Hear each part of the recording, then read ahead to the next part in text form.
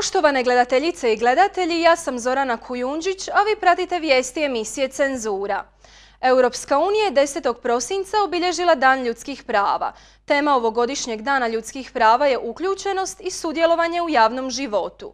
Tim povodom visoka predstavnica Europske unije Catherine Ashton ukazala na postignuća Unije na području ljudskih prava u protekloj godini. Europska unija je usvojila strategiju o ljudskim pravima kako bi poboljšala djelotvornost i dosljednost europske politike ljudskih prava u čitavom nizu svojih aktivnosti. Imenovan je prvi posebni predstavnik Europske unije za ljudska prava, gospodin Stavros Lambrinidis, kako bi promicao ljudska prava kroz dijalog s trećim zemljama i međunarodnim organizacijama, naglasila je Ashton. Izabrani predstavnik za ljudska prava, gospodin Lambrinidis, rekao je kako bismo na 10. prosinca ove godine trebali gledati kao na novi početak za taj univerzalni izazov i zaključio je da na Dan ljudskih prava ne trebamo upirati prstom, već se udružiti u zajedničkom nastojanju da svakoj ženi i svakom muškarcu omogućimo da sudjeluju u oblikovanju svojeg vlastitog života i života svoje sredine i svojega društva. U proteklom tjednu također je u svijetu obilježen još jedan važan datum. Međunarodni dan borbe protiv korupcije koji se obilježava 9. prosinca na dan kada je 2003. godine u Meridi u Meksiku potpisana Konvencija Ujedinjenih naroda protiv korupcije. Među prvim potpisnicima bila je i Hrvatska, koja je kao 14. zemlja konvenciju ratificirala 2005. godine. Kako je navedeno u preambuli konvencije, ona je međunarodni odgovor na korupciju kao nadnacionalni fenomen koji utječe na sva društva i sva gospodarstva, tako da je za njenu prevenciju i kontrolu ključna uspostava međunarodne suradnje. To je prvi globalni pravni instrument usmjeren protiv korupcije i sveobuhvatni dokument koji uključuje mjere prevencije i kriminalizacije korupcije, kao i međunarodnu suradnju na njenom suzbijanju. Borba protiv korupcije također je jedan od prioriteta vanjske i unutarnje politike Europske unije uz uspostavu mehanizama za učinkovitu provedbu antikorupcijske politike u zemljama članicama. Ekonomski troškovi uzrokovani korupcijom iznose oko 120 milijardi eura godišnje, a taj iznos otprilike odgovara 1% bruto nacionalnog proizvoda Europske unije, odnosno predstavlja nešto manje od godišnjeg proračuna Europske unije. Iz tog razloga ne čudi činjenica da svaki 4. građanin Europske unije smatra korupciju najvećim problemom u svojoj državi. Zbog navedenih činjenica, zastupnici u Europskom parlamentu pozvali su na snažnu političku volju te na vraćanje povjerenja građana i građanki u provedbu učinkovite antikorupcijske politike. Radio emisiju Eurolink u produkciji Cenzure Plus pratite svakog četvrtka na Radio Splitu u 18 sati i 40 minuta, a informirati se možete i putem web stranice na www.cenzura.hr. Vijesti su pripremljene uz potporu Europske unije u sklopu projekta Informiraj se i odluči, financiranog kroz program IPA Info 2010. Sadržaj vijesti odgovornost je Udruge za promicanje ljudskih prava i medijskih sloboda Cenzura Plus, te ne odražava nužno gledišta Europske unije.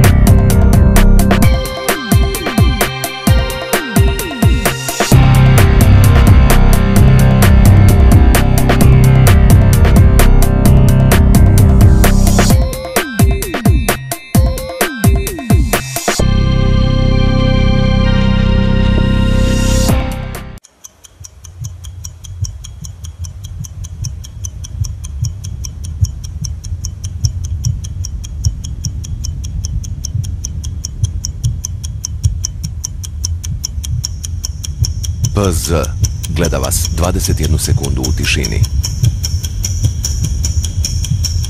Točno toliko godina PZ čeka priznanje svoje patnje. Ona je civilna žrtva rata. U U ratu silovane i seksualno zlostavljane osobe imaju pravo na psihosocijalnu potporu, obeštećenje i trajnu materijalnu naknadu, te zaslužuju priznavanje svoje patnje u društvu. Žrtve su predugo čekale.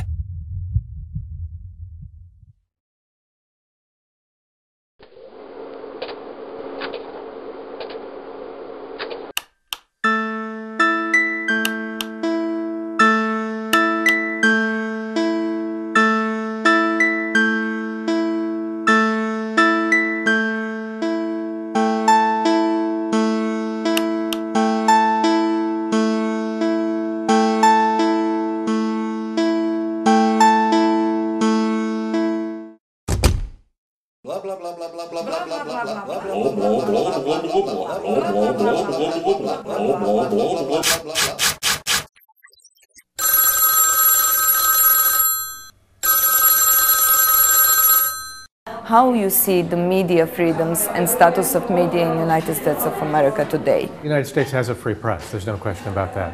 So I think that media are free to report on what they want to report on. Yeah, I mean, that's the simple answer to that question. Yeah, but certainly it's not without the problems. What you would point it out as the main problems of media status and media freedoms in USA today? There's a serious financial problem. I mean, the advertising model no longer works. So, you know, newspapers, television stations have counted on advertising as their main revenue source. That's going away, and no one's figured out the next way to fund journalism in America. So there's a struggle now. You know, people, the phrase used is this is a transformative period. This transformation in this case means no one really knows what's next. You know, and there are a lot of people worried. A lot of people have lost their jobs. A lot of newspapers have either diminished their publication in some way, either in terms of pages or number of days they publish. Television is still making money. Television news is still making money. But newspapers are in serious trouble. Is it a temporary problem related to recession, economical recession in the world, or you think it's a global trend that would end in the sense that the media advertisements would be lower and lower and the media needs to face with the completely new era of functioning? Well, it's certainly with newspapers in the United States, it's not a problem that started with the recession. It started long before the recession. Circulation began to drop, advertising began to drop.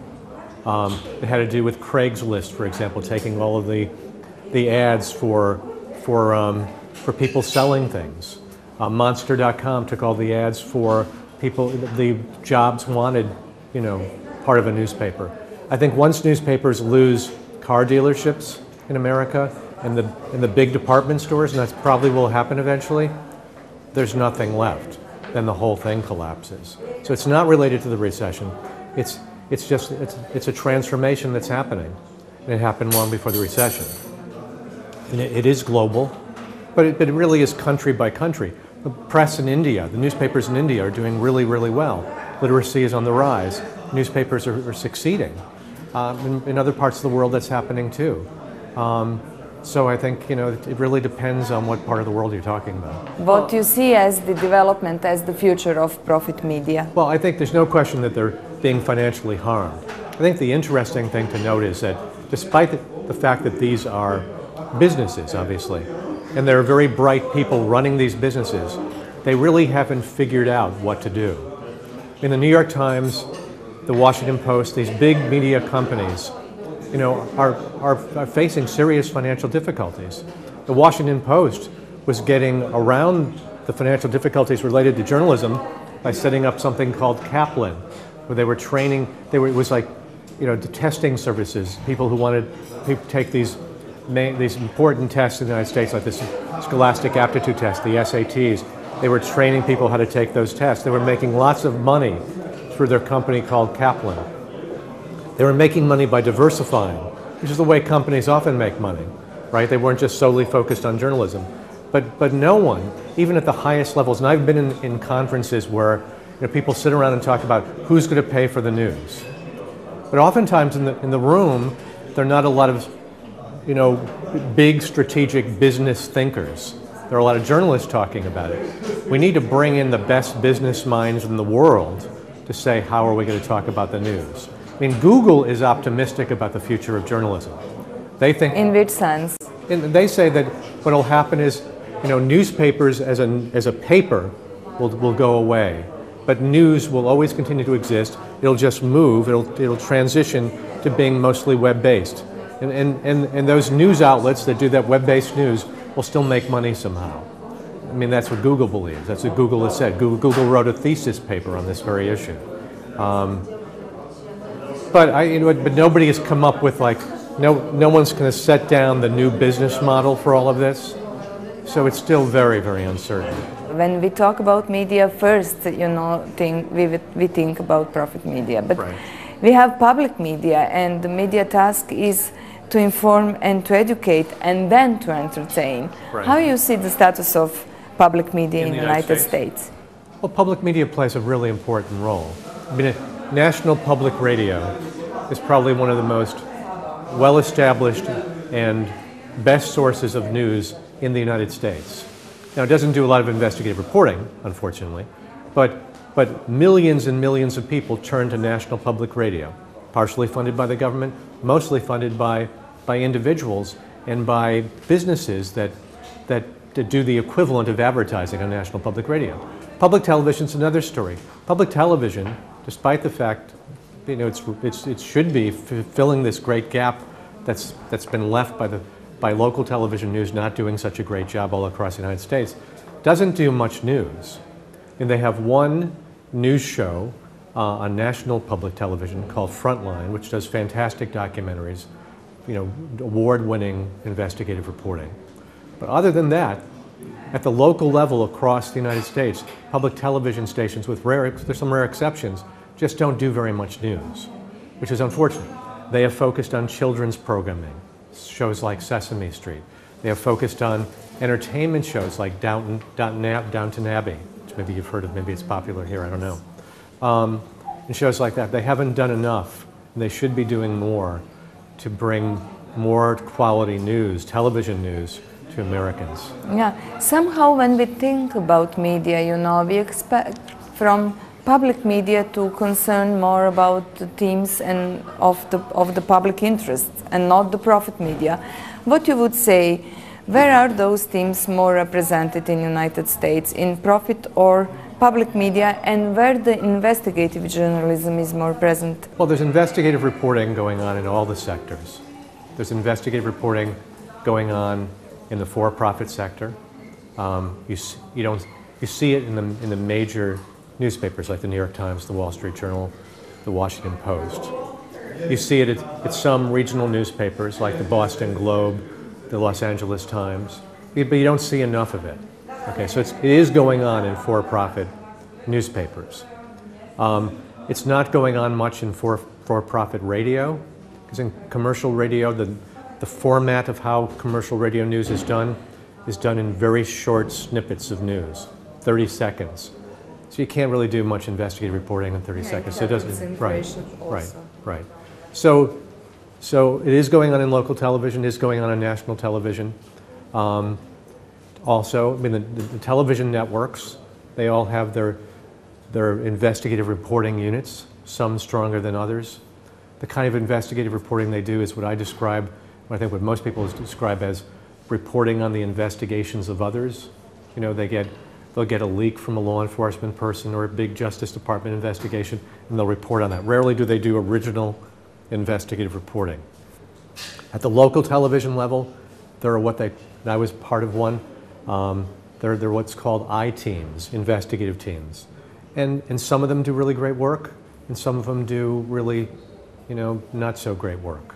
And then getting back to public television, it is rare to find a public television doing local news in a city across America. The one mainstay of public television in terms of investigative reporting is that show Frontline. And what United States are doing in sense of encouraging investigative journalism as important society corrective force? Are there any kind of structural initiatives to improve investigative journalism to support it in United States? Well, the whole nonprofit movement, which we're a part of it, we began the history of nonprofit journalism goes back a long time, 35 years. 1977, the Center for Investigative Reporting in California. Nothing until 1990, the Center for Public Integrity in Washington. Nothing until 2007 or 8, when the Center when ProPublica was established in New York.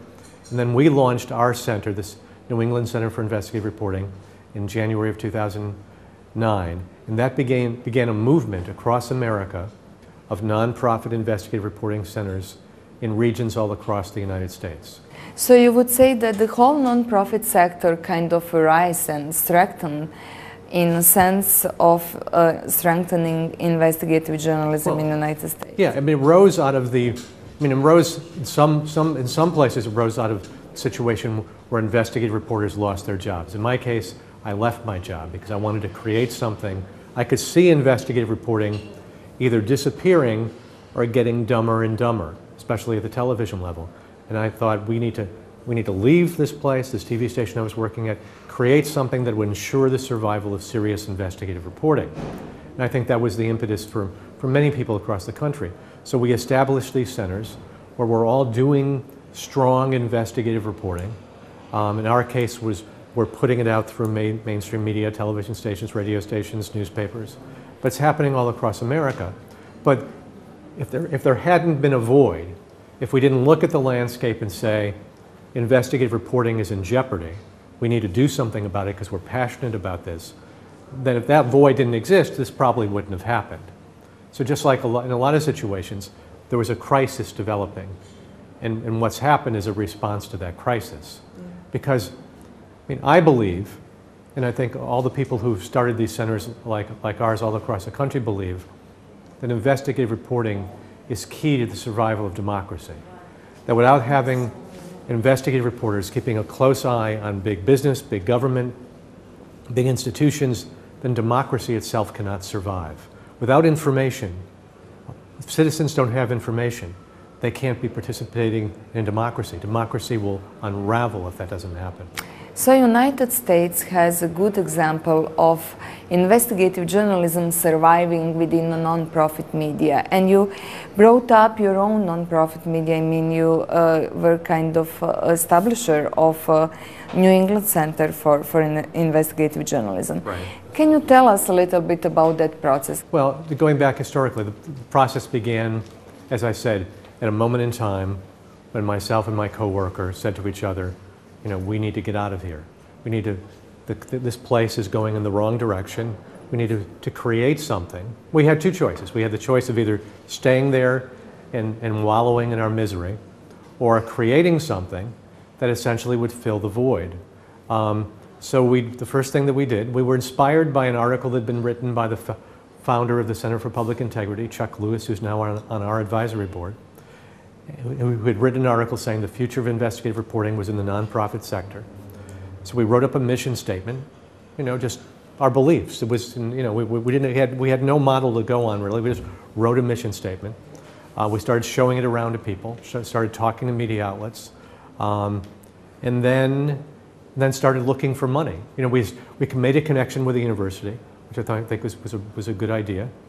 Then we started trying to find funding. And by a year later, this is a process that took a fair amount of time. By a year later, we found the funder, the Knight Foundation, God bless them. They gave us a $250,000 grant to get this thing started. And then we started doing our journalism. We just put it together. We came up with the name. We had just the two of us working at this. We brought students in to help us because we were based at a university. The university gave us some money. We started raising money from friends and family, individual donations, and then we just started doing the journalism. And then at some point we came to this realization, and the Knight Foundation helped us come to this realization when they said to us, look, we'll give you a second grant, but you got to start thinking about how you're going to survive without us. And by that time we had started getting other grants, but we took their words very seriously, and we said, yeah, we need to think about how we can bring in revenue to survive. And and it came to us, and we probably should have thought about it before we actually did it. How? Since you are a non-profit media, you are not in the advertisements, you are not in the entertainment. And this is where it comes down to, you kind of ask yourself, okay, where are we? We're at a university, We're in a major American city with multiple educational institutions where many students all over America and the world want to come to. So we decided that first summer of our existence, the summer of 2009, to create a training program to train high school students, so students between the ages of 13 and 8 and 17 really, to do investigative reporting. Because in our country, to get into college, to get into a university, you have to have something on your resume, on your CV, which makes you unique. And so we thought, and parents look for this all the time for their children. We thought, well, an investigative reporting program is pretty unique to have on your resume if you're 15 or 16 or 17. So we created this program, and we had no idea how it was going to go. And we had about 20 to 24 students that first summer. They paid $900 each. After we paid everybody involved, we had about $16,000 left. We thought, okay, that worked. We had nobody staying in the dormitories because I didn't want to have to worry about students staying in dormitories. So then we tried it the next year by having them stay in the dormitories. And we went from 24 students to 40 students. And some of them stayed for 2 weeks. All of a sudden the revenue went from 18,000 or 20,000 or so to like 75 or 80,000. And then the following year we had them all stay for 2 weeks. And we had 54 students. And the revenue went to over 100,000. And then this summer we expanded it to 3 sessions. We had 68 students from 20 states and 7 countries. And the revenue went to 150,000. Amazing. And now we've hired somebody, because now it's so much of a business, and I was doing all of that work. We said, let's bring somebody in who can take this business to the next level. Because we know this is a viable business. This is a viable revenue stream. We created a certificate program in investigative reporting, mostly for international journalists. And the idea for that came when I spoke at a conference in Brazil in 2009 and spoke about our center. All these students came up to me and said, how do we come work at your center? And I thought, well, we'll create a program. We'll have to charge for it because we have to charge for things that we do. And we created this program. And so far in 2 years, we've had about 24 journalists from around the world, from every continent, come and take this program, this investigative reporting certificate program. It's unique in that we train people how to do investigative reporting while they're working on an investigative story. So it's a unique training program. Then we decided early on too that giving our stories away was not a business plan, was not a business. You know, that we needed to charge for our stories. And how actually, it's not quite clear for me, because here in Croatia what happens with investigative journalists, they usually leave the mainstream media because they're not free, they're not able to do their work within the media, because media are quite corrupted, as you know. They won't do something which would damage their advertisements or their political influence, and they are paying through and related things. How you manage to sell your stories, which are investigative stories, to the same mainstream media which you quitted to work on because you weren't free to work on them? Well, it wasn't a matter of not being free.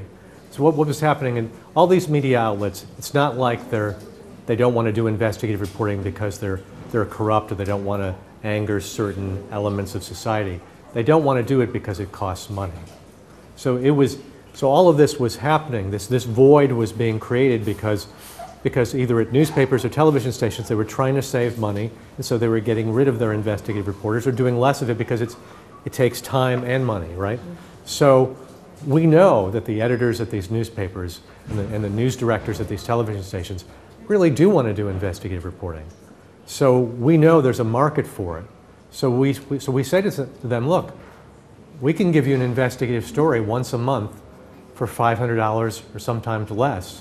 If you were to hire an investigative reporter to do that same amount of reporting, it would cost you tens of thousands of dollars more. So, work with us. If you've already gotten to a point where you need more investigative reporting, but you don't have the staff to do it, work with us.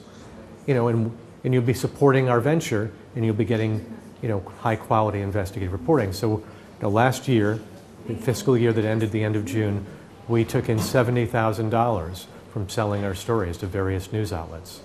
You know, here in Croatia, I see that our media are still kind of not willing to really threaten certain society elements. They should be society correctives, but they are not. What's the difference in between Croatian and United States media in that sense? How your media evolved to the sense that they are only frightened to the expenses that investigative journalists would have? In the history of journalism in the United States, dating back to the 1700s, when you think about how it started with people writing pamphlets that were partisan. You know, they were for one party or another. And then really most of the media in the United States until the beginning of the 20th century was partisan media.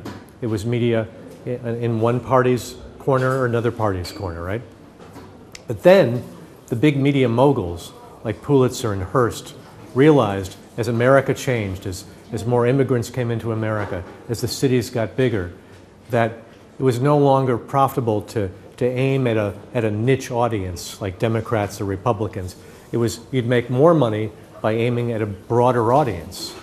And then they quickly realized that if you report on these major issues, if you become the critic, really, if you become the watchdog, and you examine what's wrong with government or what's wrong with business, that people will read the stories. They will, you know, television eventually realize it will sell them. It will sell. So I think that when it really, you know, I mean, watchdog journalism is embedded in the journalism tradition in the United States. So investigative reporting is embedded in that tradition.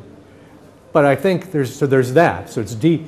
People are passionate about it, that own newspapers, that are editors in newspapers, that work, you know, as editors in television, that work as reporters in television, as producers in television. So it's a part of our culture.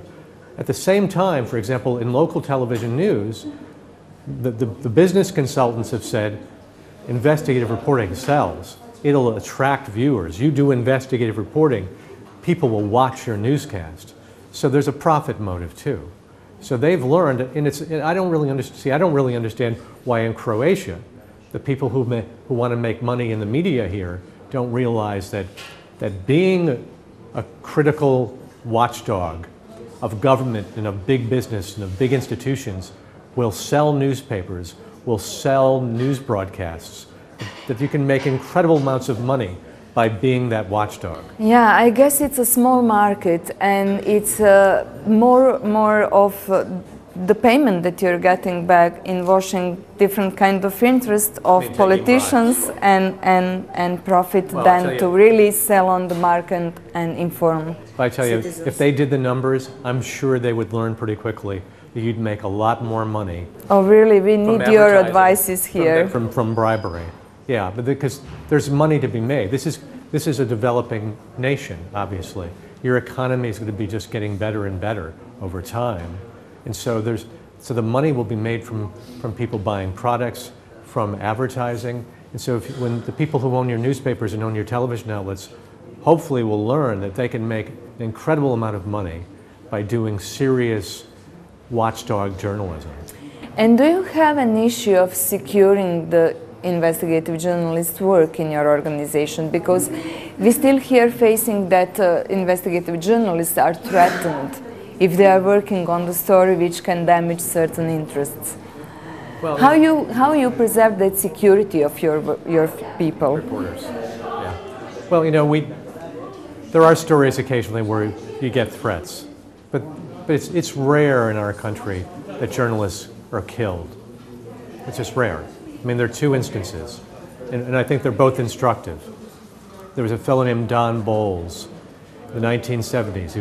He was reporting on organized crime in Arizona, the state of Arizona, and they killed him. Car bomb killed him.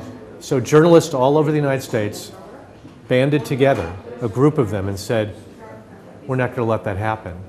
They went to Arizona. They finished the reporting that Don Bowles was engaged in. And they brought the killers to justice. It happened again in California when this radical Muslim group killed Chauncey Bailey from the Oakland Tribune. Again, a group of journalists came together. They finished the reporting. They found the killers. They helped find the killers. So I think the message has been sent in the United States if you kill a journalist, you will pay the price. You will pay the price. So you can't scare us, because if you try to kill one of us, it's not like the story is going to go away. And it happened because of the solidarity of journalists among each other. And how you get there, how you make those people solidar with each other? Well, I mean, it takes organizations. It takes, I mean, most journalists, journalism is a small community, and we always say in the U.S. that, you know, everybody knows everybody in journalism, whether it's in newspapers or television. It's a small world. So if, God forbid, one of you was murdered in the course of doing a story, you would hope that your colleagues would come together to help finish the reporting that you did and find the people who killed you. I mean, so there is collegiality in here as there is in the United States. So you would just hope that would happen here. What kind of non-profit media do you have? The history of non-profit journalism, you know, as I said, goes back. I remember when I was in high school myself, I used to subscribe to something called I.F. Stone's Weekly. I.F. Stone was an investigative reporter who was, I think he was I forget where he was working, decided to leave and start his own basically non-profit. Well, it was giving him a salary, but started his own little pamphlet. But the real history of non-profit journalism begins in 1977 when a group of journalists in California started the Center for Investigative Reporting, and they've been around now for 35 years, mostly through foundation money, foundations and grants. They did a lot of documentary work where they would get foundation money, and public television would pay them some money for documentaries that would be on this show Frontline on PBS. They did that for years and years and years. And then about 4 years ago, at the same time we were thinking about starting our center, that center changed a little bit. In 1990, the Center for Public Integrity in Washington was formed by a former 60 Minutes show producer who decided that he wanted to create something that really did serious investigative reporting focused on Washington, okay? And he, through foundation grants mostly, that center still exists, still flourishes 22 years later, mostly from foundation money, okay? ProPublica came along when Rupert Murdoch bought the Wall Street Journal. Paul Steiger, who was the editor of the Wall Street Journal, decided to leave, decided to create, and had known this very wealthy family in California, Sandler family, who gave him $10 million a year to start ProPublica, right? So again, it came from a philanthropic donation. And then what happened was, when we started our center, and many other centers started right afterwards, this movement to start these nonprofit journalism centers became huge. It's a huge movement. There's 75 now. There are about 1,500 people working for them.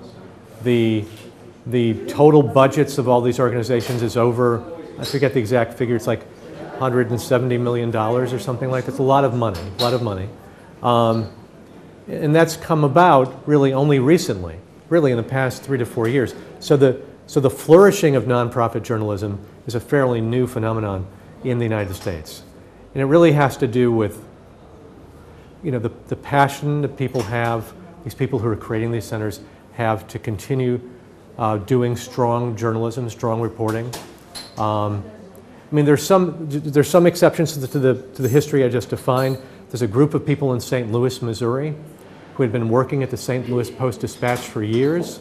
The paper started laying off people, and those reporters got the family that had owned the newspaper, the Pulitzer family had owned the newspaper, they got that family to contribute money to establish something called the St. Louis Beacon, which is an online, nonprofit news organization that does a lot of investigative reporting.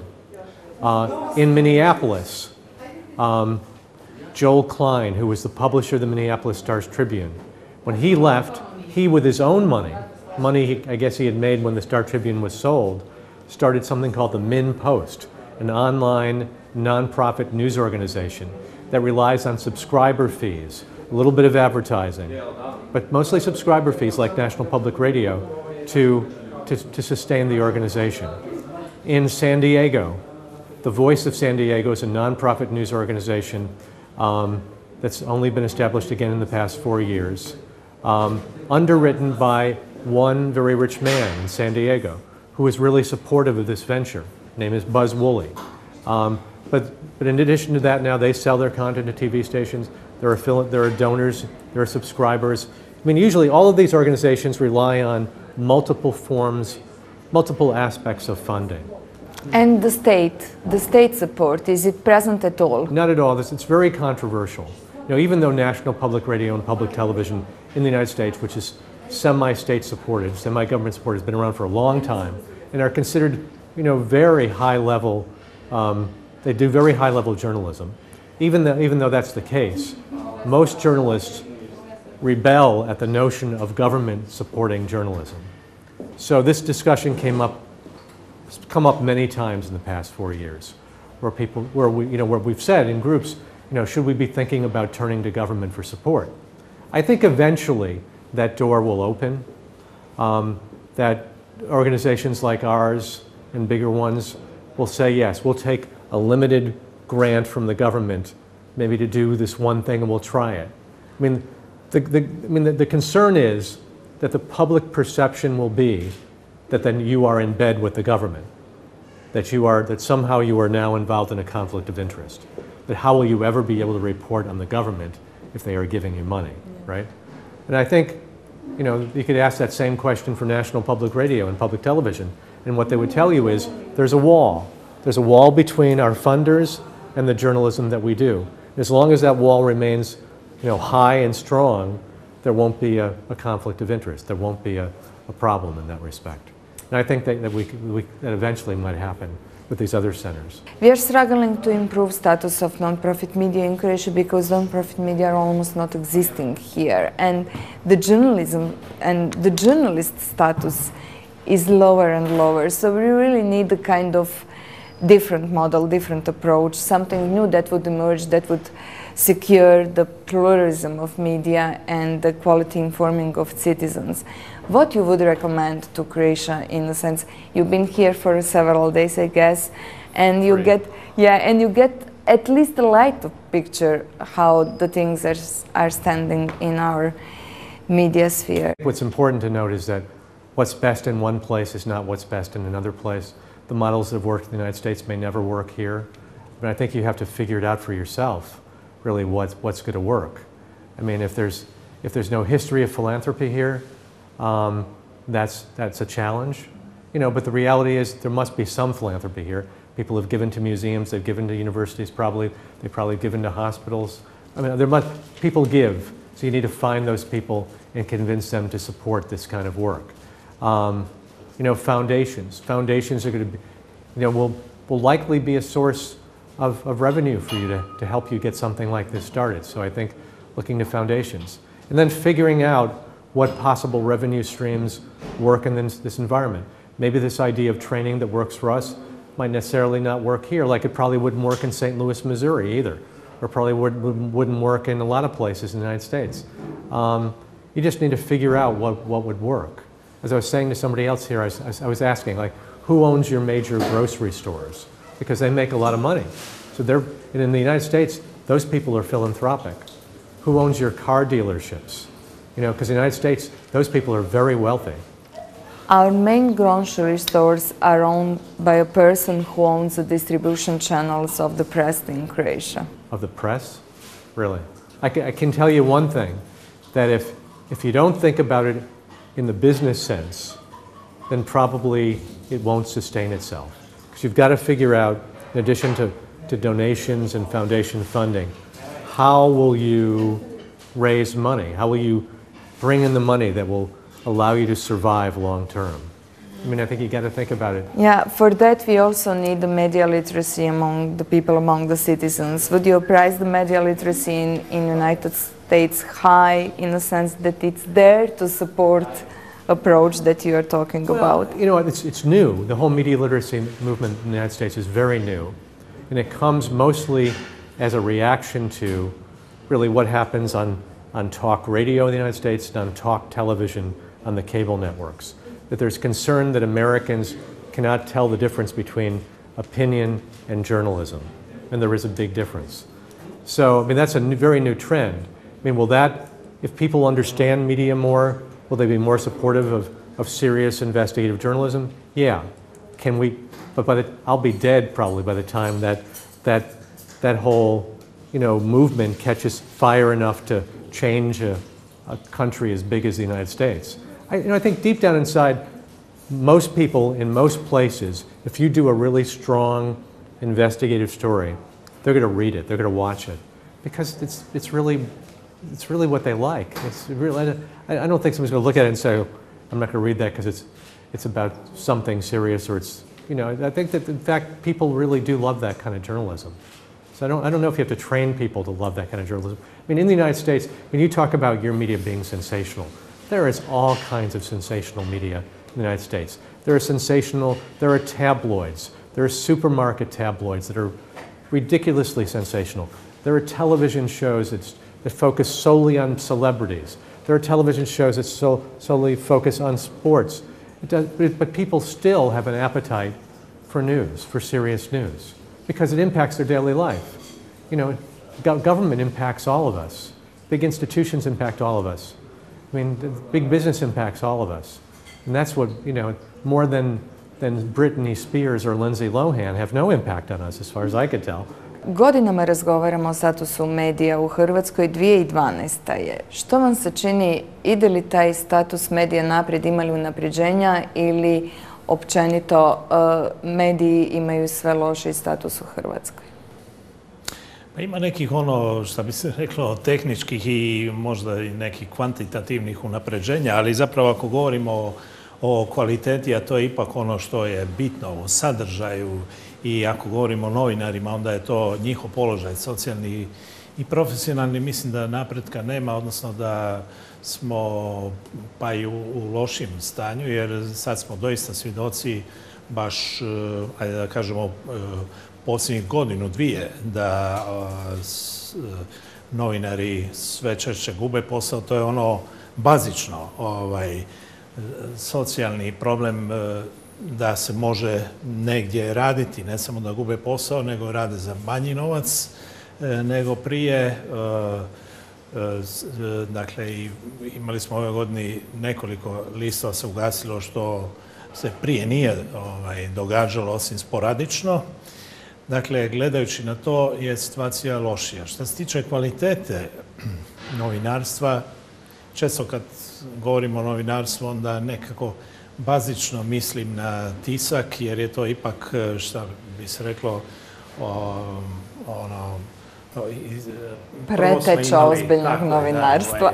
Tako je, to je kao ono ozbiljno novinarstvo bilo, pa je tako to ostalo. Onda se vidi to da ne možemo govoriti o većoj kvaliteti nego o manje. Dakle, čak mislim da su i informacije, da ima više i loših informacija, neprovjerenih, ako govorimo o tome. Ako s druge strane mi nemamo ono što bi trebalo biti novinarstvo, što se kaže watchdog, toga je sve manje. Dakle, doista manje tih analiza, manje društvenih kritika, nemamo foruma, sučeljavanja, recimo, mišljenja intelektualaca, javnosti, općenito o nekim bitnim pitanjima, kuda zemlja ide i tako, ovim teškim pitanjima koje je teško odgovoriti. Prije smo imali u svim medijima, mislim, dakle, na televiziji javnoj pogotovo, i u novinama, ovim najvećim novinama, takve rasprave. To nisu striktno političke rasprave, nego su rasprave ljudi koji nešto mogu reći o nekim važnim problemima. A istraživačko novinarstvo, vaša karijera je u stvari iz tiskanih medija, i to iz dnevnog i informativnog medija. Vi konkretno radite u Novom listu i dugi niz godina ste sjedili u redakciji. Ima li u takvim redakcijama danas prostora za istraživačko novinarstvo? Možete li dobiti privilegiju mjesec dana raditi na priči ukoliko je to potrebno i pri tome imati podršku glavnog urednika?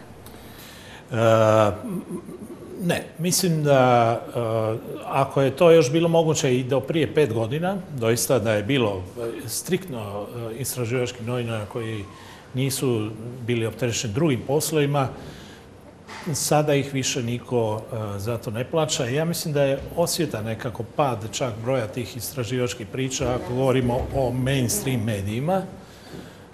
Dakle, neke istraživačke priče postoje u ovim ne rubnim, ali ovim medijima koji nisu glavni mediji. Dakle, sigurno i da vlasnicima ne odgovara nekontrolirano istraživačko novinarstvo. Mi vidimo ono što naliči možda na prvi pogled na istraživačko novinarstvo, znači puno dokumenata curi i iz sudskih procesa pa i ponešto drugo, ali nekako čovjek to shvaća uvijek kao nekakav poželjen interes, često baš vlasnika lista, da te neke informacije dobije i plasira preko svojih novinara. Dakle, to nije ono što je učinjeno jednim velikim novinarskim trudom i što nije istraženo autentično, nego je dobijen... Hoćete reći da se neke teme u stvari, odnosno neki interesi prelamaju preko nekih novina, a neki drugi se ne diraju jer su u toj liniji? Tako je, to je sigurno, da. Dakle, to je ono što može vlasnik svojim utjecajem napraviti i mislim da je to, očito nije to samo u Hrvatskoj, to je dakle manje više svugdje je taj jedan utjecaj vlasnika, ali upravo zbog toga i mi kao Hrvatsko novinarsko društvo često inzistiramo baš na neovisnosti redakcija koje svakako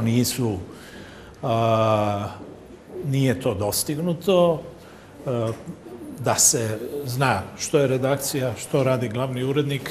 Kako se bira glavni urednik? Kako se bira glavni urednik prije svega, dakle on mora biti puno bliži novinarima nego što je danas. Nego vlasniku. Pa da, nego vlasniku, a kako vrijeme ide sve obratan trend. Znači on je sve bliži vlasniku, a sve dalji od novinara. I od interesa javnosti, ja bih rekla. Pa da. Mislim, kad govorimo o vlasnicima, svugdje nekakav utjecaj postoji. Međutim, on ne smije nikako biti vidljiv. Treba se znati pravila igre koja su, govorimo i o statutima medija, koja bi trebala ta pravila igre omogućiti i uvijek je pitanje snage, i moralne snage uredništva da radi pravi urednički posao, da se i suprotstavi vlasniku kad to treba. Brojni su problemi u hrvatskim medijima i mi ćemo s vama sigurno imati još priliku razgovarati o njima vrlo skoro. The US Embassy gave a quite big contribution in democracy developments in Croatia in the last 20 years. Can you tell us what is the focus of your work currently? Well, we're here today at a 2-day conference on regional media and looking at traditional values in the media, what are the core elements of professional journalism, and how do they apply to the region here, and more particularly the challenges that we're facing in this new media environment. As you're looking at some of the challenges this region faces, we're trying to not only talk about those and share ideas, but come up with some constructive solutions. We brought people from 6 other countries besides Croatia. So, the challenges facing journalists and media houses don't stop at the borders. Certainly when you look at investigative journalism as well, the problems don't stop at borders. So it really is a regional initiative. And so that's talks a little bit about the policy and the goals that the United States Embassy is working on with Croatia around democracy development and, of course, freedom of speech and the media being a core value there. but also in this idea of regionalization and using Croatia as a model for its other neighbors in the region. And in this particular And case, is Croatia mature to be a model for the whole region? it certainly is. Croatia in many ways is seen as a model, certainly as a NATO member, most recently coming up to the European Union. Your neighbors are looking to Croatia as, you know, how you did it, how can they do it, and sharing some examples. And you know, I think at least in the United States model, some of the challenges, some of the hurdles, some of the declines that you saw in 2007, 2008, 2009 have really turned the corner. And as some of our speakers have mentioned here, it's a new age, it's a golden age of investigative reporting. And I think that is on its way here in Croatia as well. And so if we can share some of our ideas and some of our tactics and methods and sources, we might be able to speed up that process a little bit and certainly try to share those again with media houses in the region. But the whole idea here is that our U.S. Embassy is not living in isolation in Buzin. We're really trying to partner with our Croatian colleagues when we do our programming, and it's really important that citizens in this region are informed. They're able to make informed decisions based on accurate and comprehensive news and information. Ideally, that would, you know, help improve the condition in the lives of people in this area, particularly when you look at some of the challenges that may come up in organized crime. And we want to make sure that journalists have all the tools and tactics that they can to try to address these issues. Besides of lots of talk on profit media here on this conference and the problems that profit media are facing today in the region, the non-profit media were quite important part of the conference. Right. As a concept, it's quite new, and I guess the majority of public still here in Croatia is not familiar, and we are really struggling quite much to really improve the status of non-profit media in Croatia. How you observe that status today, and what you can say as an advice in a sense of strengthening that sector and media developing there? Yeah, I think people, citizens of Croatia, are going to go where the news, where they've got professional news, where they've got good sources, where they're getting good information. So if we can come up with nonprofit institutions and organizations that are providing that service, people will go to those sources. We've just looked at a couple examples here of Croatian nonprofit media, and they are interesting. They were talking about, well, at least as of last year, 30,000 monthly visits. She indicated that's certainly higher today. 10,000 on some other cultural websites. So it's coming, it's significant, it's important, but it's not going to happen overnight. And it's again something that the state is going to have to help. You know, the journalists themselves are going to have to help, but you really have to try to come up with some creative ways to deal with economic realities here. Find new and innovative ways to do things online, again using social media. And I think that's the reason for this conference here, is to talk about what are some of those options, what are some of those alternatives, what has worked well in other places, and then apply the models and pieces of those models that would work well here. And again, it doesn't happen overnight. It's kind of a cultural shift, but certainly things have shifted and developed very significantly here in the past 15, 20 years. Are the media freedoms secured in the United States? Oh, the media freedoms are not secure anywhere. We probably still have more in the U.S. than other countries, but governments and big companies are, you know, systematically trying to restrict our freedom to use media in the way we want to. And who would you say that influence media more today? The companies, the magnates, or the politicians? I'm not sure I'd pick. It would depend where and what the or they are interrelated. Was. But the technology, media, people in media have to recognize that when they use certain platforms and technologies, they are working on someone else's platform and that they don't own it. Facebook, for example. If you do your journalism on Facebook, Facebook has a lot of control. And